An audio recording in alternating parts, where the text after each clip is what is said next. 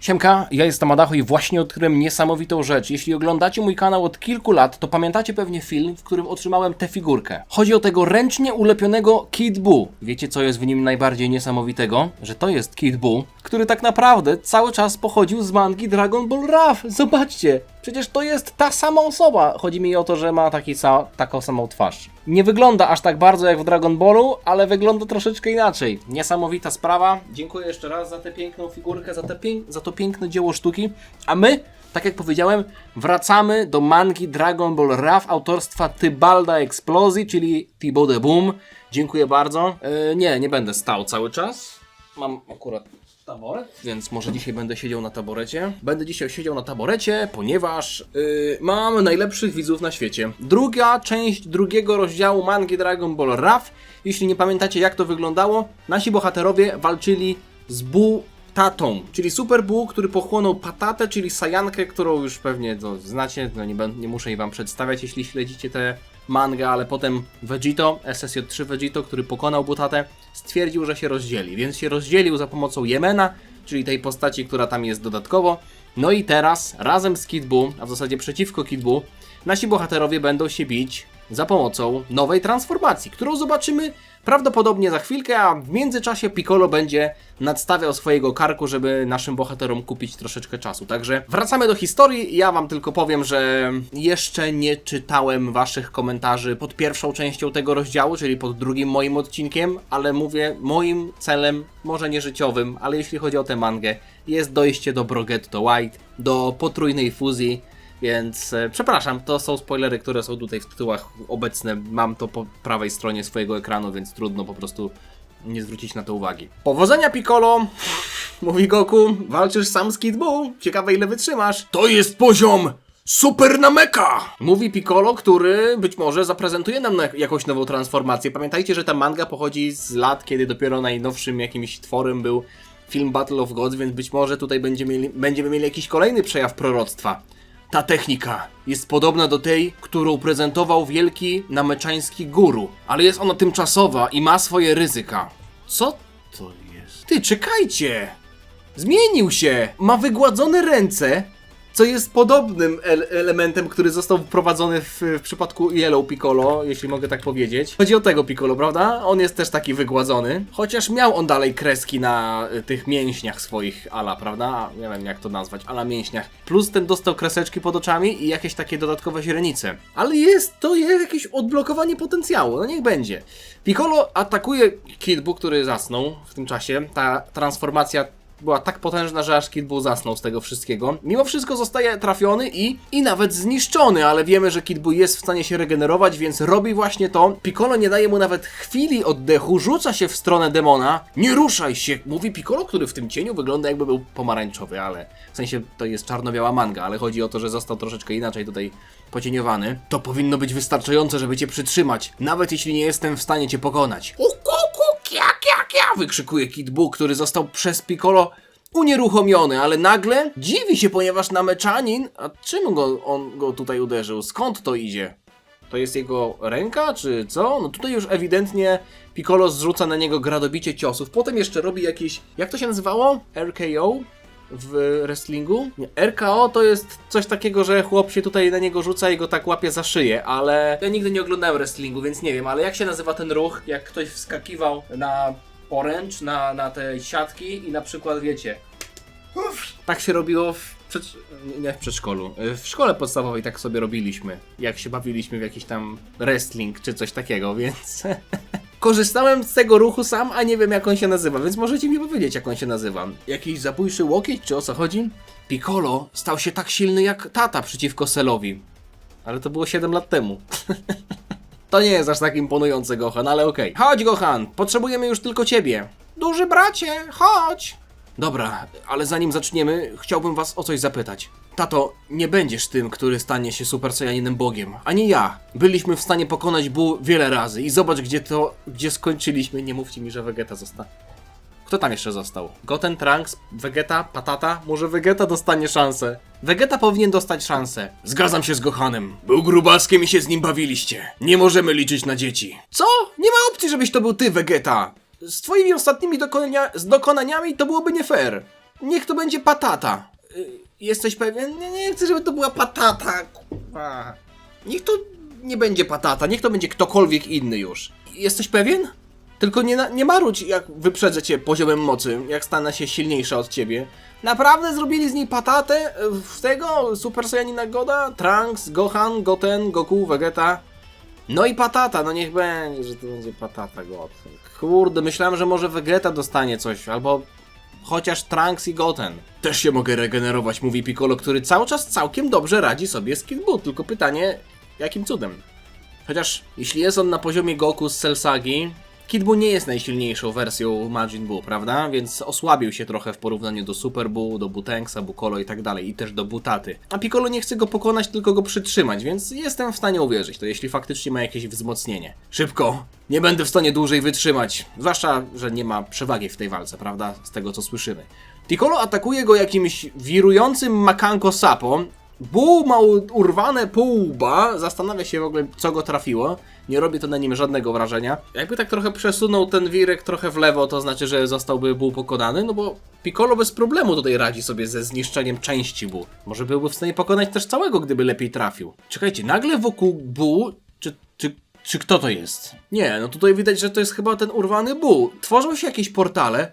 Jestem już przy swoim limicie! Wykrzykuje Piccolo, który chyba chce atakować przez te portale. Kto tu atakuje przez te portale? Czy to Kid Buu atakuje Piccolo, czy na odwrót? To chyba Piccolo atakuje Kid Buu. Zobaczcie, tak to wygląda, jakby te ataki leciały w niego, a on w tym czasie regeneruje drugą połowę swojego ciała. BOOM! Wielki wybuch. A niech to. Moje ciało nie jest na tyle wytrenowane, żebym był w stanie wytrzymać tę transformację, tę technikę, jakkolwiek byśmy tego nie nazywali. I nie wystarczyło to. Wszystkie gluty Buu łączą się z powrotem w jedną całość. Buu znowu się regeneruje. Walka trwa, ale nie podoba mi się w tej mandze panelowanie. Zobaczcie. Nie, czekajcie. To Piccolo strzelił. To też trochę dziwne, nie? Myślałem, że to Kid Buu się zregenerował i strzelił w Piccolo, a to Piccolo strzela w Kid Buu. Mamy jakiś wybuch, nie wiadomo czy to trafiło, czy nie.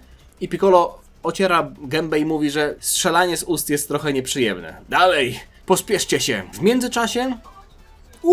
KK DJ, dziękuję bardzo za suba. Również zachęcam was do tego, żebyście zostawili suba. Jeśli jeszcze jakimś cudem nie macie, bo ostatnio nie wiem, czy to jest problem, który tyczy się tylko mnie, ale z tego co słyszałem nie tylko mnie, bo YouTube coś tam zaczął zmieniać, ale YouTube strasznie zaczął ucinać zasięgi. W sensie jak patrzę na przykład na zasięg mojego filmu, który wrzucam dla was, to on ma przez pierwsze 24 godziny ma zasięg mniejszy niż ja mam subów.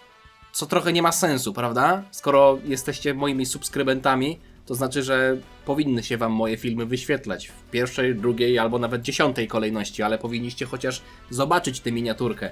A tutaj wygląda to tak, jakby one się po prostu nie wyświetlały, więc dodatkowo zachęcam do tego, żeby zostawiać jakąś aktywność pod filmem, chociażby jakikolwiek komentarz, możecie napisać, jak wam się podoba ta manga, możecie zostawić lajka i tak dalej, nie tylko pod tym filmem, ale pod innymi. I dziękuję wszystkim osobom, które tak robią, i dziękuję też tym osobom, które robią codziennie komentarze dla zasięgu. Wiem, że to nie jest jakoś szczególnie odkrywcze, w sensie treść tych komentarzy jest zawsze taka sama albo podobna, ale doceniam, że wam się chce i doceniam wasze dobre chęci. Tak czy siak, wracamy do historii. Rytuał na Super Saiyanina Goda ma miejsce. No i mamy patatę. Bardzo podobnie to wygląda do tej sceny, w której Goku przetransformował się po raz pierwszy w Goda. Też był taki podmuch wiatru i zobaczyliśmy go z takimi błyszczącymi gwiazdkami w pełnej okazałości.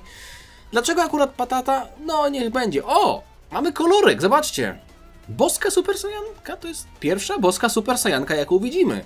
Bo ani Kale, ani Kalifla nie miała czegoś takiego, ani żadna inna postać chyba z fanowskich mang. Tak naprawdę nawet jak patrzę na Kakumei, to tam tylko Goten i Trunks dostali Goda, więc to jest chyba pierwsza boska Saiyanka w historii w ogóle też fanowskich mang.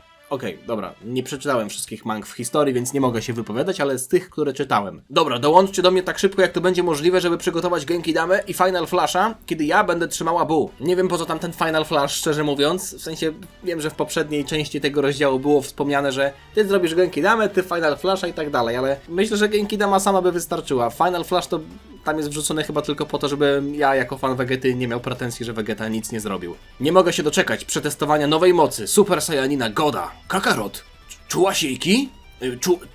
Czułeś jej ki? Bo ja nie. Ja też nie. To dziwne. To normalne. Patata stała się boginią. Mogę wam powiedzieć, że jest na tym samym poziomie jak Vegito. Co? Na tym samym poziomie jak Vegito? Niemożliwe! To i tak nisko. To i tak nie. Ale okej, no ona jest też słabsza w bazowej formie. I wiedzcie, że ona zatrzyma tę moc. Ale jest ona na tym samym poziomie, co bazowy Vegito. Chciałbym to tylko wyjaśnić, mówi Jemen, który jest też tam chyba tylko obserwatorem od już jakiegoś czasu. Patata faktycznie stała się najpotężniejszą Saiyanką z was wszystkich. Kakarot, myślę, że musimy mocno pracować, żeby ją wyprzedzić. Ej, Jasza, pomóż nam przeciwko Bu. Nie, to wasza walka. Jasza ma ich w dupie. On tam stoi, w ogóle nic nie robi. Ja tylko przelatywałem przez ziemię, żeby pooglądać Asurę. Pamiętasz go, Vegeta? Asura, Bóg gniewu, jest z powrotem na ziemi. Po zaciętej walce z Wyzenem, czyli Bogiem takim jak on, ja i jego mistrzem Augustem, ustawił sobie cel, żeby znaleźć Broliego. Przylecieliśmy na tę planetę, na waszą planetę, żeby obserwować Broliego, ponieważ był on zagrożeniem dla naszego wszechświata. Ale Frieza sprawił, że sprawy się trochę pokomplikowały. Jednakże zlokalizowaliśmy Broliego na Ziemi. Aha, czyli oni polecieli pooglądać Broliego, ale przez to, że Frieza zniszczył planetę Vegeta, to myśleli, że Broliego nie ma, ale jakimś cudem Broly jest na Ziemi. Okej. Nie wiem o co chodzi, dlaczego w ogóle w tej historii jest jeszcze Broly, no ale jeśli mielibyśmy mieć potrójną fuzję Brogetto, no to Broly musi być potrzebny, więc dobra, Tybalt, cokolwiek. Dobra, skończyłeś? Jeśli nie przyleciałeś nam pomóc, to mogłeś nam po prostu powiedzieć nie. Dobra, chodźmy zobaczyć jak Patata sobie radzi, mówi Goku. Goku i Vegeta teleportują się na pole bitwy. Piccolo nagle zauważa, Piccolo już nie walczy, to Patata jest w trakcie walki z Kid Buu, który całkiem dobrze sobie radzi, biorąc pod uwagę, że mamy tutaj do czynienia ze słabszą wersją Buu. A ona przegrywała z Vegito, tylko że Vegito był wtedy w SSJ3, a Patata jest na poziomie bazowego Vegito, więc trochę słabszy Vegito i trochę słabszy Buu. Ma to niby sens, że jest to na tym samym poziomie, niech będzie. Tak czy siak, kilka wybuchów w powietrzu, które udają walki. Patata cały czas walczy z Buu, który wygląda na to, że został troszeczkę zmuszony, żeby się bardziej bronić. Goku, Vegeta, w końcu przylecieliście. Podczas walki z Buu dziwna mgła pojawiła się koło Buu i sprawiła, że ten stał się silniejszy. Ale Patata nadal ma przewagę. What? Kiedy?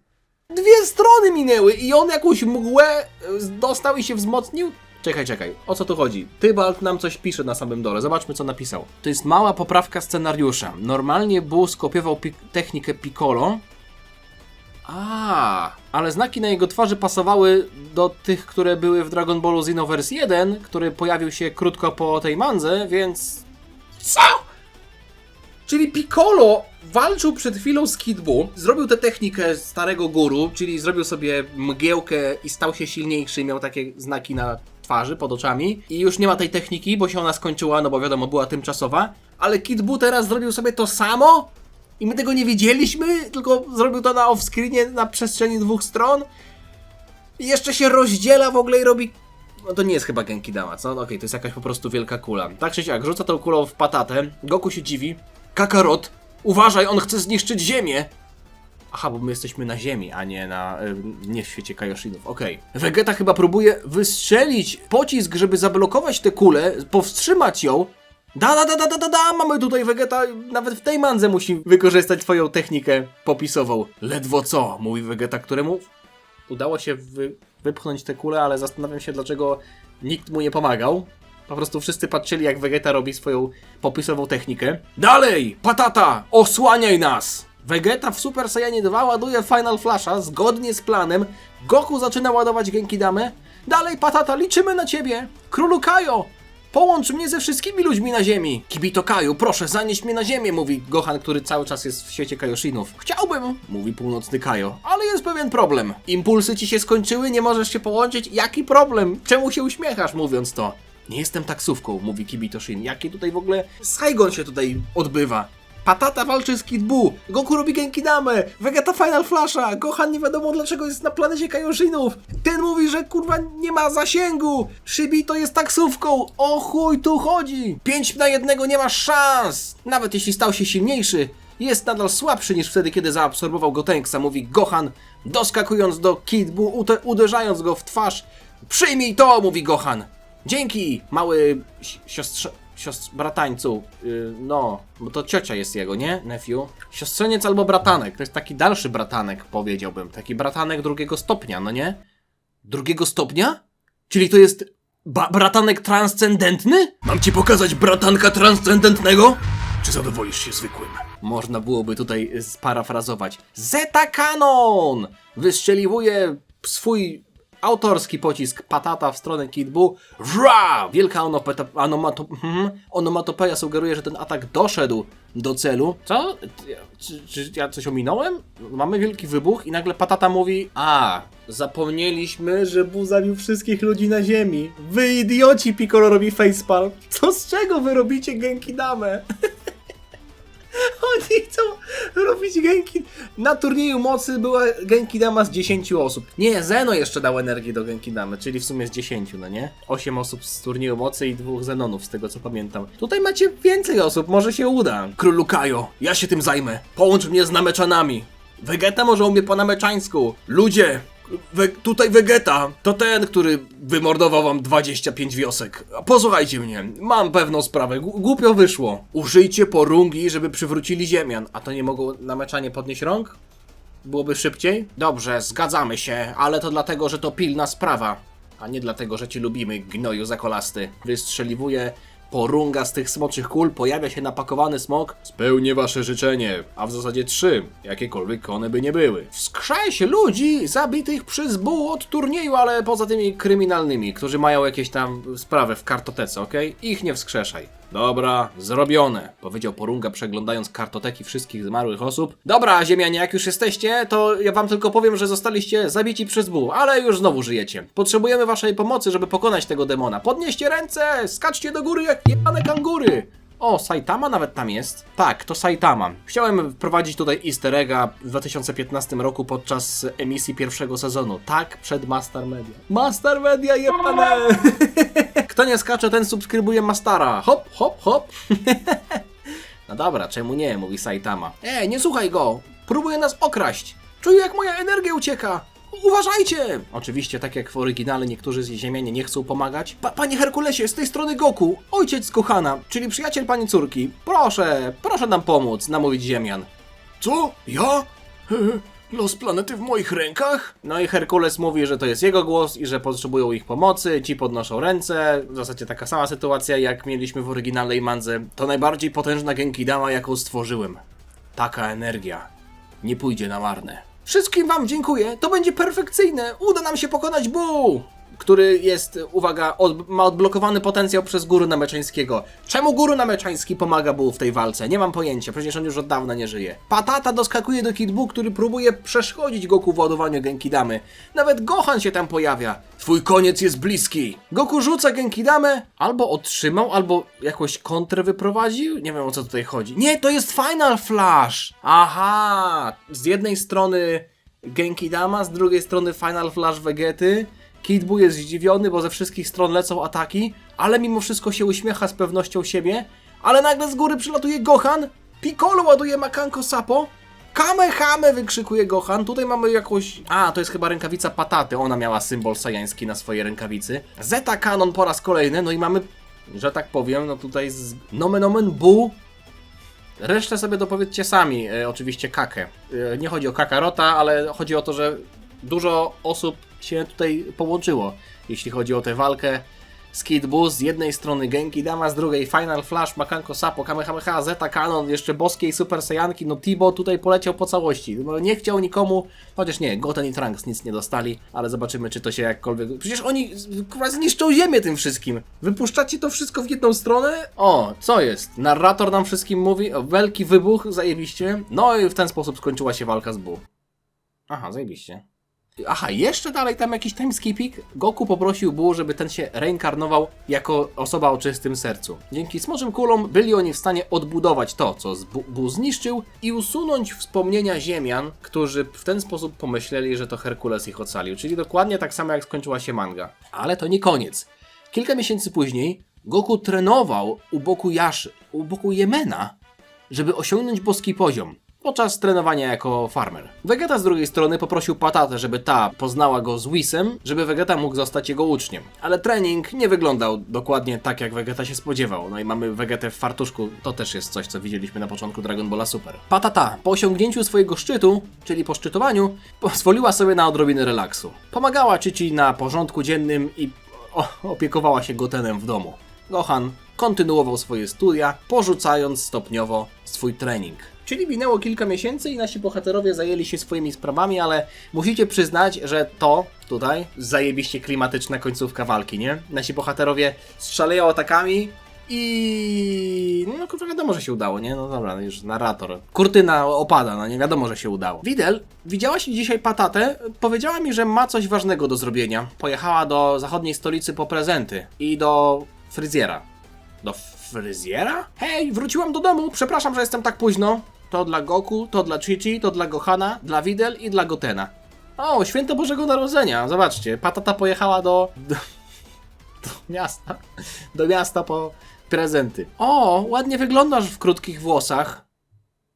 O kurwa. Tak, chciałam wyglądać trochę jak moja starsza siostra na święta Bożego Narodzenia. A, ona była siostrą Ginę, a nie siostrą Bardoka. Czyli ona wygląda teraz jak Ginę. Poza tym, że przestałaś walczyć, naprawdę stałaś się dobrą osobą. Mogłabyś teraz pracować jako Goku. Ha, to tylko na chwilę. Tęsknię za walką, wiesz? A, nie, chwilę, no to ona jest siostrą Bardoka, ale ona mówi też o Ginę jako o swojej siostrze, czyli tak naprawdę ona nazywa swoją szwagierkę siostrą, tak? Że polubiłabyś moją Czemu tu jest napisane Kak? Ona się nazywała Ginę. Może chodzi o to, że... Nie, no przecież ona miała już swoje imię. Dawno temu było wiadomo, jak ona ma na imię, więc to nie jest kwestia tego, że jeszcze nie było Dragon Ball Super Broly na przykład. Bo chociażby było Dragon Ball Minus, gdzie też była Ginę. Tak czy siak, nieważne. Jesteś ciocią Goku? To niemożliwe. Jak możesz być taka młoda? Saiyanie naprawdę są dziwni. Spokój powrócił po pokonaniu Majin Buu, ale niedaleko od lodowca, gdzie Broly został uwięziony, po porażce przeciwko naszym bohaterom inny, potężny wojownik się pojawił. O, you've grown up well, Broly. Nieźle dorosłeś, Broly. Czyli Broly z Dragon Balla Z się jeszcze pojawia. Dobra, zobaczmy okładkę następnego rozdziału, bo to jest koniec rozdziału drugiego. Rozdział trzeci, Broly. I po połowie mamy Broly'ego, a to jest chyba ten Asura, tak? Trzeci rozdział ma 21 tylko stron, czwarty rozdział to jest, nie będę wam spoilerował, bo może nie wiecie, ale potem już powoli wchodzimy w tematy Brogetto. Mam nadzieję, że wam się podobało. Oczywiście jest to fanowska manga, tak jak już mówiłem, rysowana przez gościa, który w tamtym czasie był nastolatkiem. Ta historia momentami się trochę nie klei, jest trochę taka mało wciągająca, momentami sztampowa, ale można się trochę pośmiać, więc ja dam temu szansę. Nie wiem, czy będę czytał to do końca, ale jeśli wam się podoba, to się cieszę. Spędźmy trochę razem czasu przy czymś luźniejszym, a nie tylko, wiecie, Hakai i Kakumei i Dragon Ball Multiverse. To są fanowskie mangi, gdzie jest naprawdę fabuła rewelacyjna. Poczytać coś takiego, gdzie można się trochę odmurzyć, też czasem trzeba, więc oczywiście zachęcam do tego, żebyście zostawili lajka, zostawili suba. Odsyłam was do linków w opisie, bo tam znajdziecie autora, Thibaut The Boom. No i co? Miłego dnia wam życzę. Trzymajcie się. Na razie. Cześć. Dziana. I oby do Brogetto White.